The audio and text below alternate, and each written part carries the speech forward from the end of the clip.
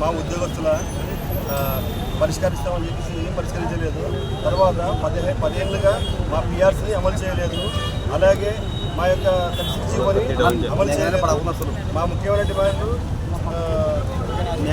అమలు చేయాలి. తర్వాత మా వేతన చేయాలి. తర్వాత 2019 తర్వాత ఉద్యోగస్తులందరినీ పర్మినెంట్ చేయాలి.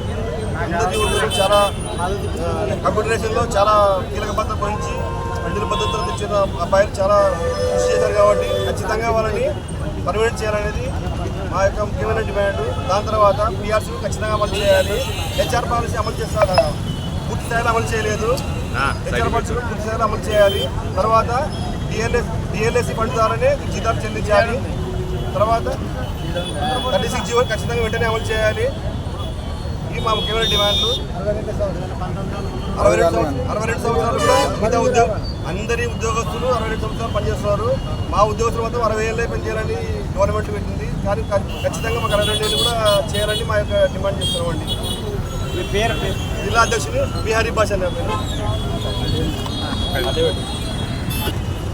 ఆంధ్రప్రదేశ్ రాష్ట్ర సహకార సంఘ ఉద్యోగుల యూనియన్ల ఐక్య వేదికగా ఈరోజు 16వ తేదీ డీసీ ఆఫీసుల దగ్గర ధర్నా కార్యక్రమాన్ని మనము చేస్తున్నాము. ఈ ధర్నా కార్యక్రమంలో ముఖ్యమైన డిమాండ్ ఏమనగా మనము 11 సంవత్సరాల నుంచి సహకార సంఘ ఉద్యోగులకు ఎటువంటి అంటే జీవో నెంబర్ 36 ఇచ్చి దాన్ని ఇంతవరకు అమలుకు నోచుకోలేదు. దీనిని ఎప్పుడే అమలు చేసి ఆ ఉద్యోగులందరికీ జీతభత్యాలను డిఎల్ఎస్ఎఫ్ ఫండ్ ద్వారా ఇవ్వవలసిందిగా ఈ ప్రభుత్వానికి మరియు డిఎల్ఈసీ కమిటీకి కోరుచున్నాము. ఇన్ని సంవత్సరాలు 60 సంవత్సరాలు సంఘానికి ఎంతో సేవలు చేసి ఇప్పుడు ప్రభుత్వ ఉద్యోగుల మాదిరిగా 62 సంవత్సరాలు ఇవ్వమంటే ప్రభుత్వము ఇప్పటి వరకు దానిని అమలుకు నోచుకొనివ్వకుండా అడ్డం చేస్తున్నారు.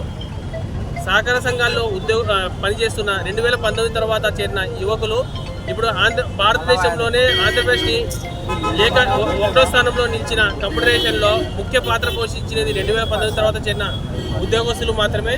వారిని పర్మినెంట్ చేసి వారికి హెచ్ఆర్ పాలసీని కూడా అమలు చేయవలసిందిగా కోరుచున్నాము. మన ఈ డిమాండ్లు నెరవేరేంత వరకు మా ఈ పోరాటము ఐక్యవేదిక పోరాటము కొనసాగుతూనే ఉంటుంది. ఇంట్లో జిల్లా అధ్యక్షులు ఉమ్మడి కర్నూలు జిల్లా.